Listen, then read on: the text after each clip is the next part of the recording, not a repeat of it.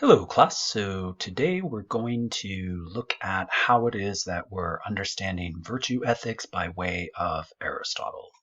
And so I'm offering this as feedback to give some clarification as to how it is that we're thinking of these two questions. So one, how is virtue ethics understood in relation to reason and eudaimonia for Aristotle? Two, what exactly is a virtue in relation to character for Aristotle? And so what I'm thinking about is touching on some points of clarification so as to offer further consideration of how it is that we're thinking of these two questions, and likewise Aristotle's virtue ethics.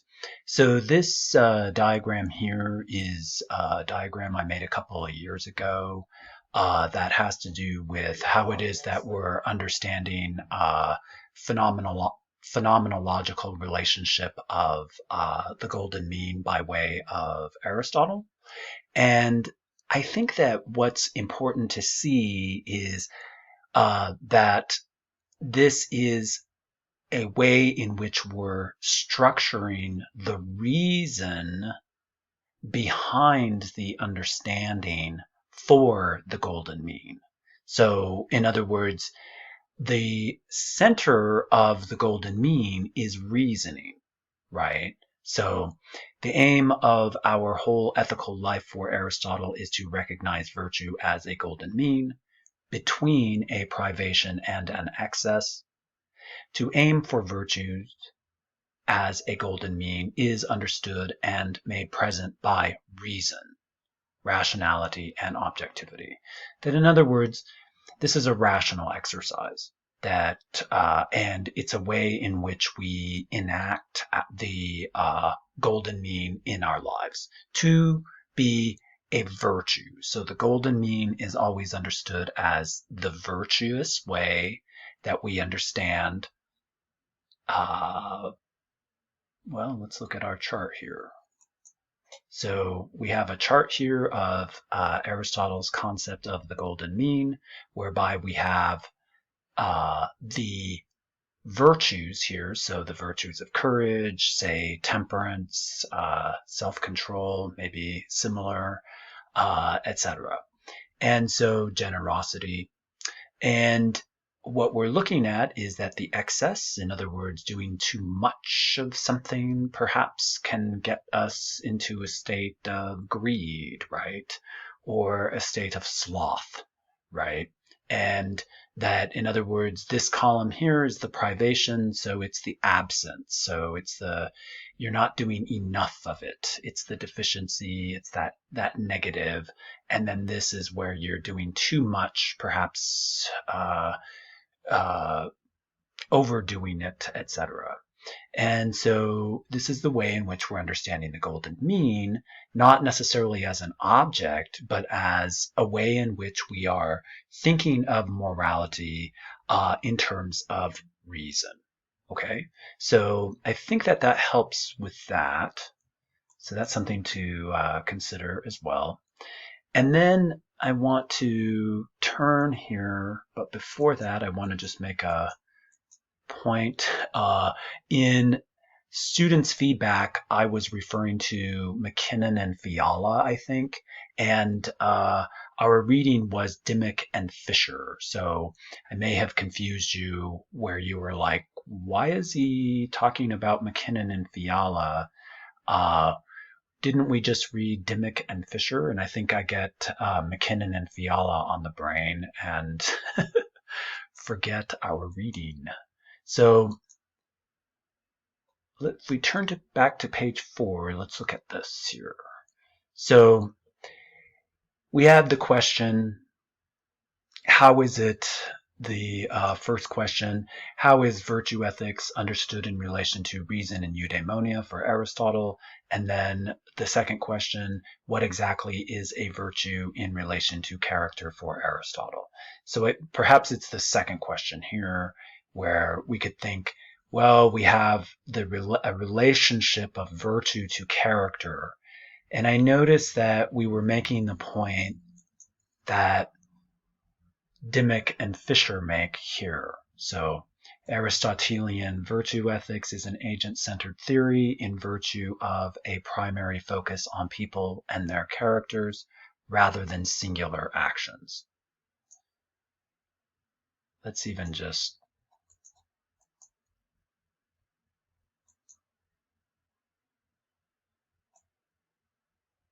right here.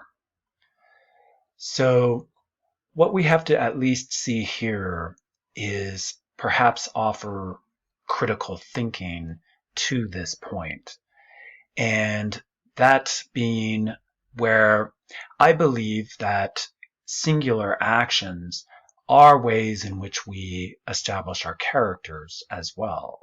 That, in other words, we are also known in singular actions to the degree that you could say, offer an example of someone who is breaking the law, in that one case that they broke the law, say, by having one of these problems, say, of cowardice. So let's say someone broke the law in terms of some kind of deficiency of courage on their behalf. We could say that that is a singular action by which their character is understood. And that can happen, right? We know that through singular actions people take to be ways in which we understand who they are in terms of their character. And so I think that that's really important way to think about it. Also, we could think of singular actions of corporations as well, right? That, in other words, corporations, say like BP, would be thought of in terms of the singular action of, say, the BP oil spill, right? That there, the BP will always be understood as the company that had the one of the largest environmental disasters in recent history. So, and that's a singular action in a way, right? That it was one event, and so, in other words, characters are judged in that way. And so we can think of that in terms of that being a way in which we're understanding ethics communally as well, right? And so, likewise, we could also see, once we lay this out, we could also see there being a problem whereby people are understood by singular actions. So let's say, for example, that BP really has been working on its public image and also its integrity as far as the environment and as far as the cleanup. So, in terms of there being the possibility that singular actions also can be problematic in terms of how it is that we are thinking of our character as well. So, in other words, there's the possibility that we could only reduce, say, BP to a singular action. Likewise, we could also reduce people to singular people's characters to a singular action and be perhaps reducing them as well.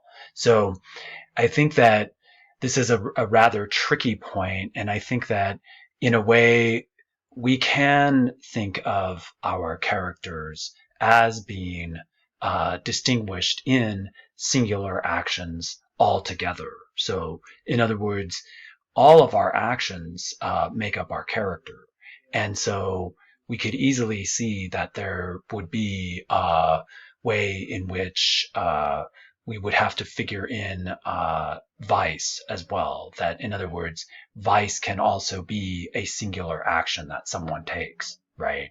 And in that sense, we understand people's characters in that way. And I think that That's something to be taken into consideration here. Yeah, it's something to take into consideration and not to be taken too lightly, right? That, in other words, singular actions are ways that we understand people's characters, but in the same sense, we don't want to judge characters by one singular action either, that that's a reduction. So what I think my emphasis is to fuse the two, whereby we're thinking of virtue ethics as in singular actions and in character. That I think that feels like what we're aiming for in our lives when we're thinking virtuously, right? That, well, we are known by singular actions, and so but at the same time, we also don't want to be judged by singular actions sometimes either. So there becomes a way that we're thinking here that this we should draw more focus to this relationship in order to understand virtue ethics better. I think understanding how these two singular actions and characters are fused, we would be better off understanding virtue ethics as a fusion of the two. So I think that's good, and I'll talk to you later, class. So thank you.